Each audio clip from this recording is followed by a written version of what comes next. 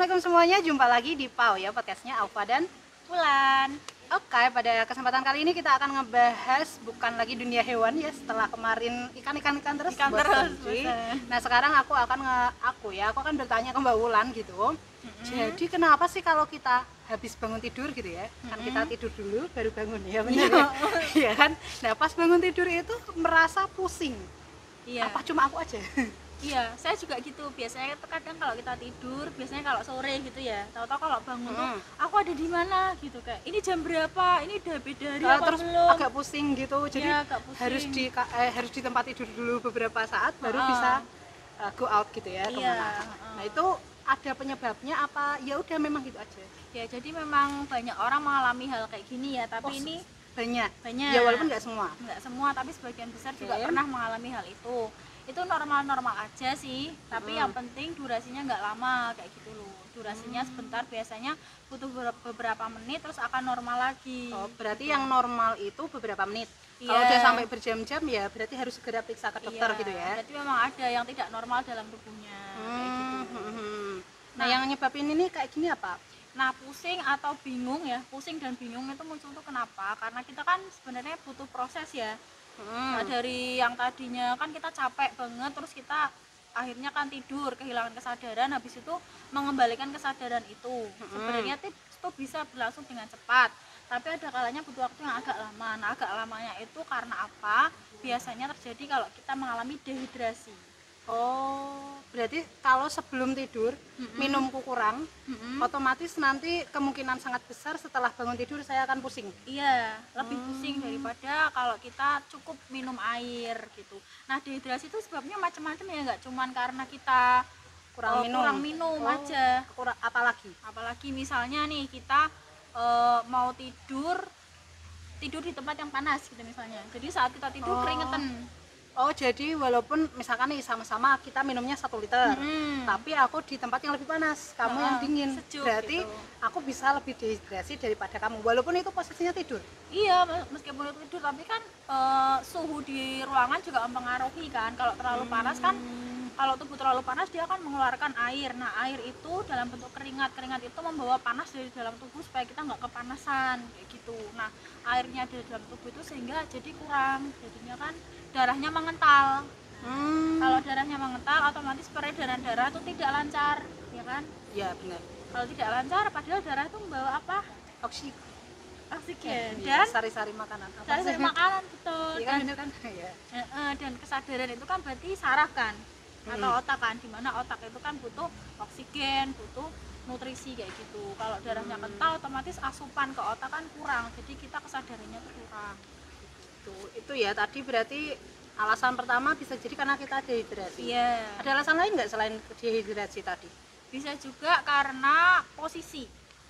Posisi tidur. Heeh. Ngaruh. Ya, Misalkan jadi- aku posisinya berdiri, nggak mungkin ya tidur sambil berdiri. Iya tidur kan telentang-telentang aja, Iya. Mbak. Itu gimana Kan ngaruhnya? tidur kan, waktu kita bangun kan tiba-tiba duduk atau tiba-tiba berdiri dengan cepat. Heeh. Gitu kan. Otomatis kan terjadi perbedaan posisi, Mm-mm. akan menurunkan tekanan darah. Jadi kalau kita tidur kan darah tuh jantung tuh memompa darah tuh dengan lancar gitu kan ke seluruh tubuh kan. Kalau kita tiba-tiba berdiri maka otomatis darah yang ke atas itu berkurang kan. Oh. Kan kalau kita tidur itu jantung tuh berdetaknya tuh lebih lambat daripada saat kita beraktivitas normal. Berarti bagusnya pas bangun tidur itu kita ngapain? Ya bangun tidur tuh jangan langsung Pelan-pelan ya, Beraktivitas berarti pelan-pelan. melek dulu lah ya, walaupun masih di apa namanya di tempat tidur, melek dulu lah ya. melek dulu. Tunggu beberapa menit sadar baru. Duduk. Ngomong-ngomong sadar itu emang kalau kita tidur otaknya meninggal atau gimana, atau dia beraktivitasnya gimana sih kalau saat tidur? Ya aktivitas dasar basal aja. Kayak misalnya aktivitas yang mengatur gerak-gerak yang tidak disadari, kayak misalnya detak jantung, tapi detak jantungnya juga kan lebih lambat gitu kan. Terus ritme napas, terus pencernaan juga digerakkan, tapi untuk yang gerak-gerak sadar itu dia non aktif untuk sementara waktu. Oh, berarti yang yang kita sadarin itu dia nonaktif. Makanya nonaktif. mungkin ketika kita bangun terus kita melakukan hal yang kita sadari, kaget otaknya gitu. Kaget. Oh gitu, berarti bagusnya tadi ya melek dulu biar sadar dulu ya si otaknya gitu kan. Habis itu baru duduk terus berdiri gitu kali ya. Betul. Terus juga gangguan tidur juga ya. Jadi kalau tidurnya kurang tuh biasanya bangun tidurnya tuh pusing. Berarti harus cukup tidurnya. Harus cukup. Tidur yang cukup berapa? 6 sampai 8 jam. 6 sampai 8 jam. Kurang dari itu bikin pusing? Iya. Lebih juga bikin pusing Iya, lebih juga bikin pusing toh. Gitu. Jadi kan tubuhnya kan kelamaan istirahat. Jadi kalau pas kita melek pun kita kayak ngantuk gitu loh. Soalnya udah mode istirahat terus. Iya, otaknya itu ya. Aku pengennya istirahat, aku pengen istirahat gitu kan ya. Gitu Iya. ya. Oh, gitu. Ada lagi nggak? Terus Ada. dehidrasi itu juga bisa disebabkan karena Psikis, berarti Iya, mental kita. mental kita. Stres. Stres, benar. Jadi Oh. kalau kita banyak pikiran, cemas berlebihan, anxiety gitu ya.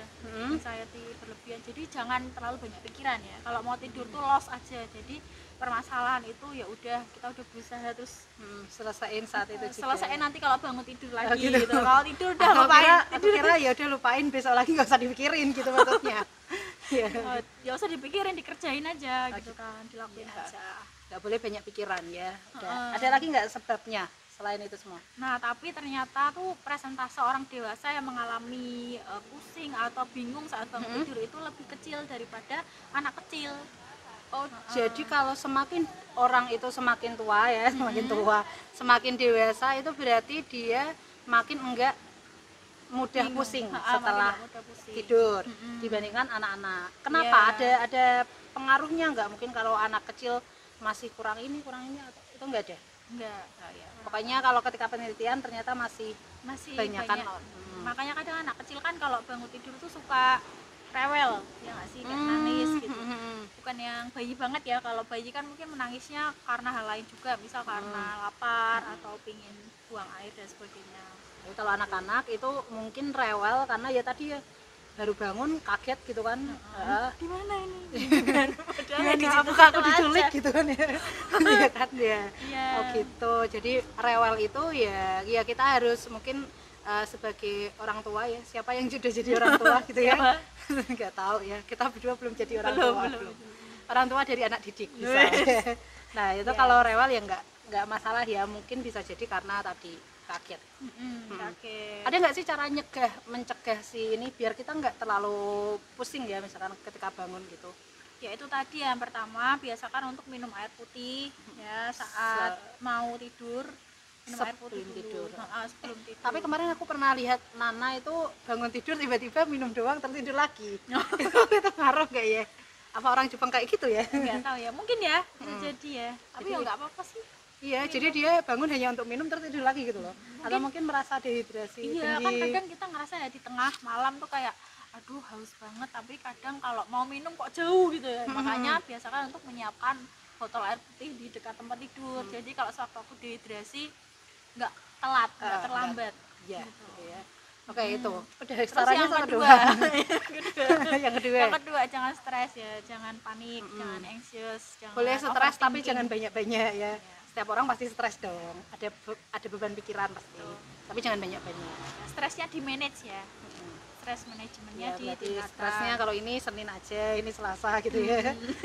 Biar nggak tiap hari. Udah ganti hari udah nggak usah dipikir lagi. Gitu. Nah, Oke. habis itu ada lagi, jadi kalau bangun tidur pelan-pelan itu tadi ya, jadi melek dulu, menyadari situasi, terus duduk, stretching gitu kan. Nah, terus cara yang keempat adalah olahraga. Olahraga, bukan olahraga saat tidur kan? Nah, Olahraga di luar itulah ya, di luar tidur. Jadi perbanyak aktivitas fisik. Kenapa? Karena kalau kita olahraga kan otomatis peredaran darah jadi lancar. Nah, peredaran darah ke otak juga jadi lancar. Jadinya kita kalau olahraga tidurnya lebih nyenyak, bangunnya juga lebih mudah. Oke, gitu ya. Itu sarannya. Iya, Cukup itu. ya. Cukup. Sudah terlalu banyak itu sarannya sebenarnya ya. Yang penting dilakuin aja tiap hari sehingga ya tubuh kita intinya sehat. Jadi kalau misalkan kita tiba-tiba tidurnya sehat biasa aja, kok tiba-tiba bingung, nah itu berarti bangun-bangun tidur ada yang aneh ini ya sama tubuh ya. Nah mungkin tadi bisa introspeksi diri ya, salahnya di mana gitu kan ya. Mungkin aku tidurnya nggak minum dulu, Ya mungkin stres atau mungkin stres. apa gitu ya. stres tapi nggak sadar juga bisa. Ya gitu, bisa diperbaiki sehingga nanti pola hidupnya jadi lebih sehat seperti itu. Itu aja kayaknya ya untuk episode kali ini. Mungkin next week kita bisa bahas yang lainnya. Kalau kalian penasaran sama mungkin ya apa yang terjadi di dalam tubuh kalian juga boleh ya tanya aja di sini.